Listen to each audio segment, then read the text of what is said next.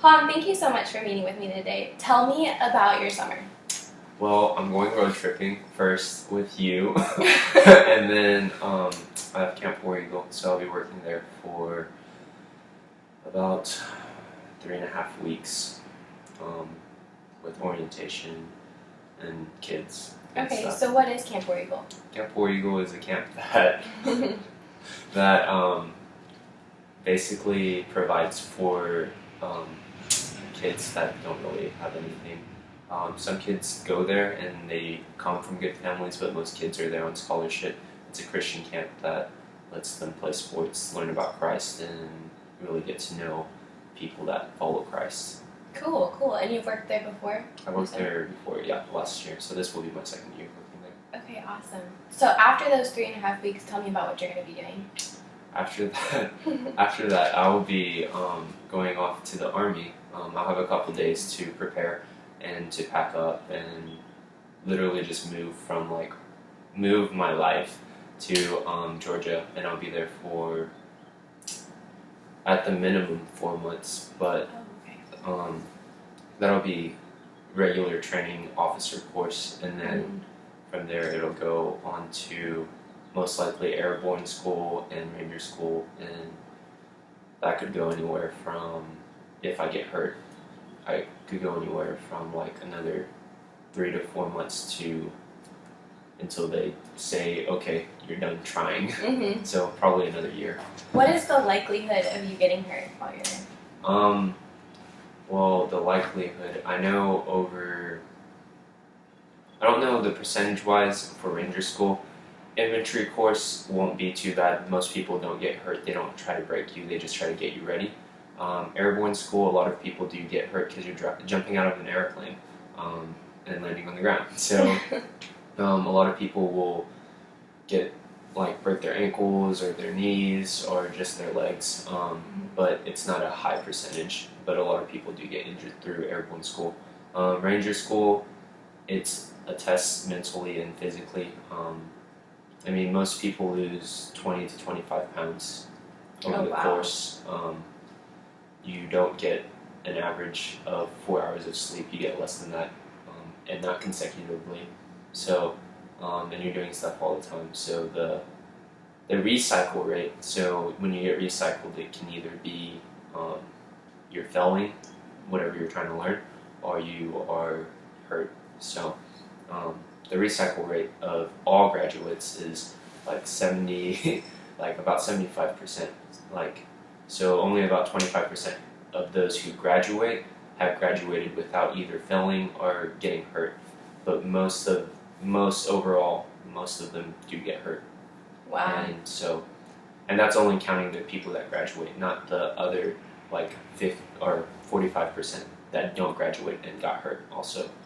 Okay. So, well, that sounds like it'll be a tough process to get through, but I think you definitely have the strength to get through it, so that'll be something to look forward to. What do you think will be the toughest part about the transition from working at a Christian kids camp to the Army? Well, the Army, first of all, is not going to, it doesn't put one religion over another, so obviously the camp is Christian.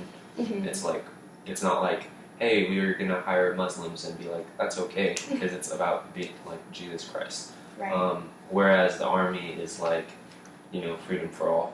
And however, it's the Army above all. So it's not like, for the most part, you can't be like, oh, well, I'm not going to do this because my religion, because we basically signed something that said, this is okay with my religion and I'm going to do it. So the biggest thing will be first of all, I'm not working with kids, I'm working with people that are my age, and most of them will be older than me. Second of all, the culture is completely different. It's not going to be a Christian culture where, in Christian terms, rebuking, fellowship, stuff like that. I'm not going to hear any of those words. Right. Rebuking within the Christian culture is like rebuke with love and turn them towards the path of whatever correctness. Rebuking in the sense of the Army culture would be like yelling with vulgar words until they get the point and feel terrible, and then they do it correctly, and if they don't, do it again. So Right, it's not as loving. It's not loving at all, actually. Yeah. It's a brotherhood, but it's not a loving. It's like it's a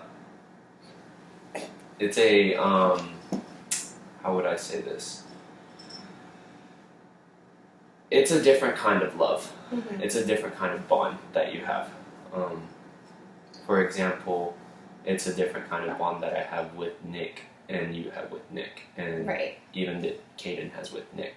So. Mm-hmm. So what do you think is going to help you get through it the most? Because that's such a tough transition. I think first of all is that I have my foundation on Christ, and that will be the first thing.